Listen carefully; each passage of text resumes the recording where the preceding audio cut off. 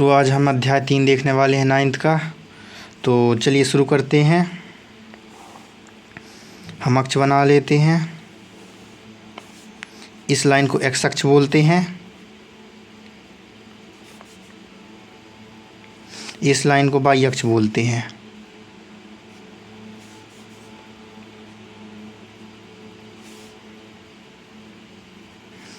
यहाँ शून्य होता है। ये अक्ष धन वाला होता है, ये अक्ष ऋण वाला होता है ऐसे। और ये ऊपर जाएंगे तो धन वाला होगा, नीचे जाएंगे तो ऋण वाला होगा। जो एक्स अक्ष है उसे हम भुज बोलते हैं। जो वाई अक्ष है इसे हम कोटि बोलते हैं। बहुत इम्पोर्टेंट है दोस्तों, इन्हें याद रखना, ऑब्जेक्टिव में पूछे जाते हैं।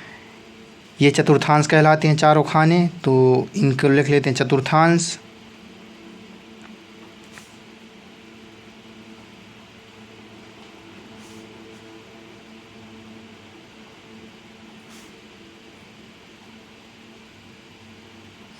ये फर्स्ट चतुर्थांश है, ये सेकंड चतुर्थांश है, ये थर्ड चतुर्थांश है, ये फोर्थ चतुर्थांश है।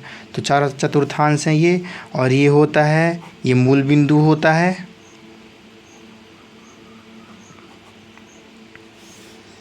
तो चलिए अब प्रश्नावली 3.2 देखते हैं। प्रश्नावली 3.1 इम्पोर्टेंट नहीं है, इसलिए हम उसे छोड़ रहे हैं। तो प्रश्नावली 3.2। तो प्रश्न पहला पढ़ लेते हैं। लिखा है का निम्नलिखित प्रश्नों में से प्रत्येक प्रश्न का उत्तर दीजिए। तो हम फर्स्ट नंबर देख लेते हैं। जो लिखा है कार्तीय तल में किसी बिंदु की स्थिति निर्धारित करने वाले क्षैतिज और ऊर्ध्वाधर रेखाओं के नाम।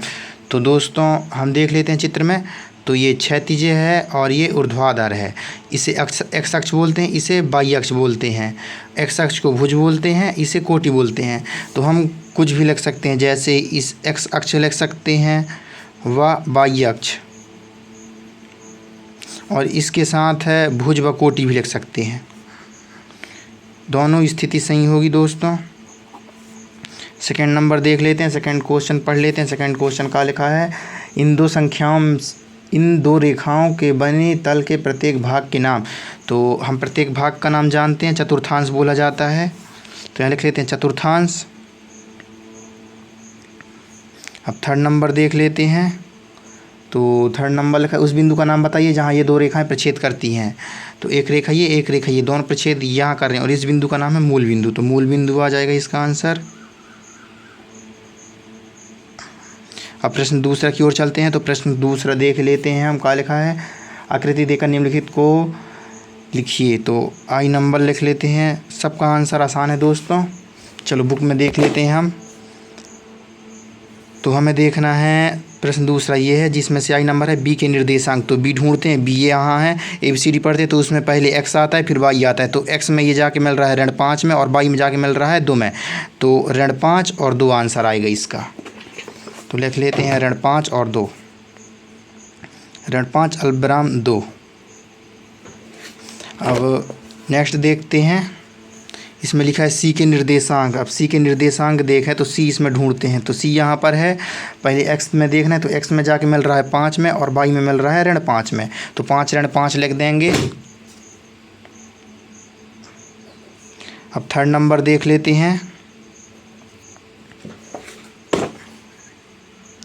थर्ड नंबर बोल रहा है निर्देशांक ऋण 3 और 5 द्वारा पहचाना गया बिंदु। तो शुरू में एक्स आता है फिर वाई आता है। तो एक्स का मान 3 है और वाई का मान ऋण 5 है। तो एक्स का मान देख लेते हैं कहाँ पर है। एक्स का मान ऋण 3 ढूंढना है अपने को एक्स में। तो एक्स लाइन ये रहा, और इसमें ऋण 3 ये रहा, और वाई में देखना है ऋण 5। तो वाई ये रहा और ऋण 5 ये है। तो ऋण 5 ये आ रहा है, ऋण 3 ये आ रहा है, दोनों मिल रहे हैं ई में। तो ई आंसर आ जाएगा इसका। अब नेक्स्ट चलते हैं चौथा नंबर में। तो इसमें लिखा है 2 ऋण 4 द्वारा पहचाना गया बिंदु। तो 2 एक्स है और ऋण 4 वाई है। तो धन वाला ये रहा इसमें, और यहाँ का ढूंढना है अपने को 2। तो 2 ये रहा और ऋण 4 वाई में ये रहा। तो ये दोनों मिल रहे हैं कहाँ, जी में। तो इसका आंसर आएगा जी। अब 5वां नंबर देख लेते हैं। तो 5वां नंबर लिखा है डी का भुज। भुज कोटि, भुज एक्स अक्ष को बोलते हैं, तो डी देखना है, डी कहाँ है, डी ये रहा, एक्स अक्ष में आ रहा है 6 में, तो भुज एक्स अक्ष को बोलते हैं, तो भुज बस बोला है तो भुज 6 है। अब 6वां नंबर देख लेते हैं हम। तो 6वां नंबर लिखा है बिंदु एच की कोटि। बिंदु एच की कोटि देख लें तो बिंदु एच है यहाँ पर, और भुज ये लाइन कहलाएगा, कोटि ये लाइन कहलाएगा, तो एच बिंदु आके ऋण 3 में मिल रहा है, तो इसका आंसर आ जाएगा ऋण 3। अब नेक्स्ट क्वेश्चन की ओर चलते हैं। 7वां नंबर। तो 7वां नंबर लिखा है बिंदु एल के निर्देशांक। तो पहले इसे यहाँ अलग कर लेते हैं। 7वां नंबर यहाँ लिख लेते हैं और 8वां नंबर यहाँ लिख लेते हैं। अरे 7वां 8वां। अब जल्दी जल्दी आंसर लिख लेते हैं और ख़त्म करते हैं। चलिए, तो बिंदु एल के निर्देशांक, तो एल हमें यहाँ मिल रहा है और ये जाके एक्स में कहाँ मिल रहा है, 0 में, और वाई में कहाँ है, 5 में, तो 0 और 5 निर्देशांक आ जाएंगे इसके, 0 अल्पविराम 5, यही आंसर है। अब 8वां नंबर देखते हैं। तो 8वां नंबर लिखा है बिंदु एम के निर्देशांक। तो एम ढूंढ लेते हैं, एम कहाँ है, एम ये रहा, तो एक्स में कहाँ मिल रहा है, ऋण 3 में, और वाई में कहाँ मिल रहा है, 0 में, तो ऋण 3 और 0, यही आंसर दोस्तों। और प्रश्नावली होता है ख़त्म।